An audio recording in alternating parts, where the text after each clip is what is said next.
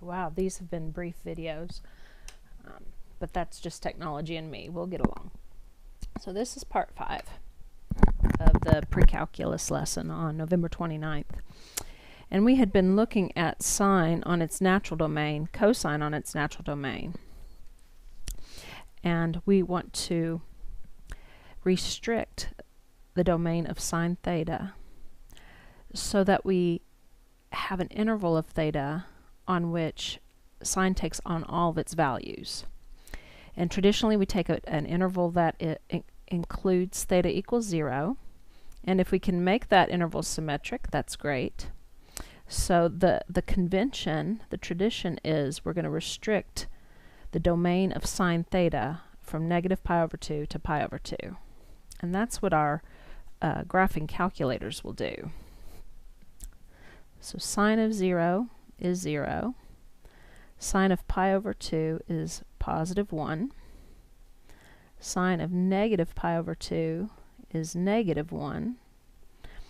Sine is increasing on this interval.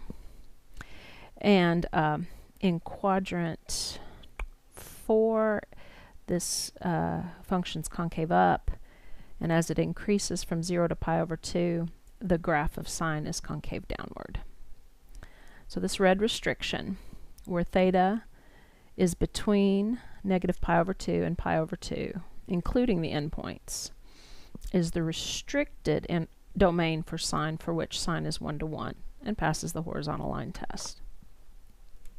And now if we look for a theta for which the output of sine is 1/2, there'll be exactly one input on its domain, and that's exactly pi over 6.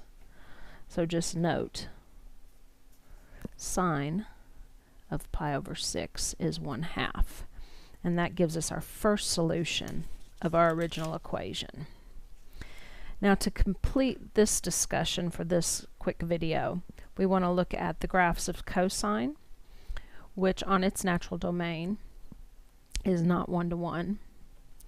So traditionally it is restricted theta values from 0 to pi. And let's see if I can do this right. So at pi over 2, cosine is 0, and then cosine continues to decrease down to its minimum value of negative 1. Okay. So there's some similarities in these restricted graphs,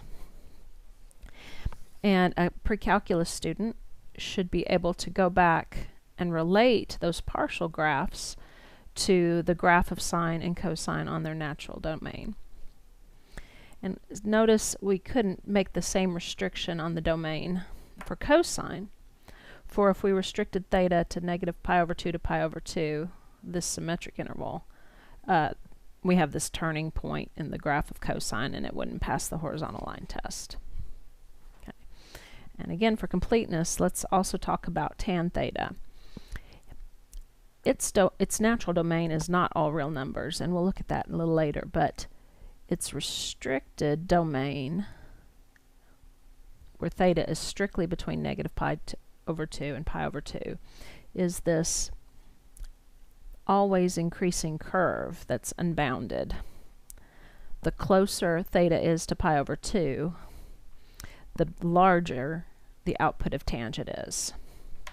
And just to connect to what we've done or briefly discussed about tangent of theta, that's going to give us the slope of the terminal side of an angle if we're using the illustration of the unit circle. Okay, let's pause there again.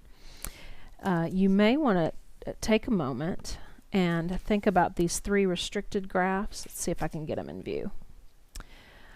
These 3 graphs of these trig functions where their domains are restricted, and now each graph has the property that it's 1 to 1. For any output, there's exactly one input that will give you that output. And when we solve an equation that includes a component of sine, cosine, or tangent with these restrictions, then we get a unique solution. Okay, let's pause and we'll get back to it.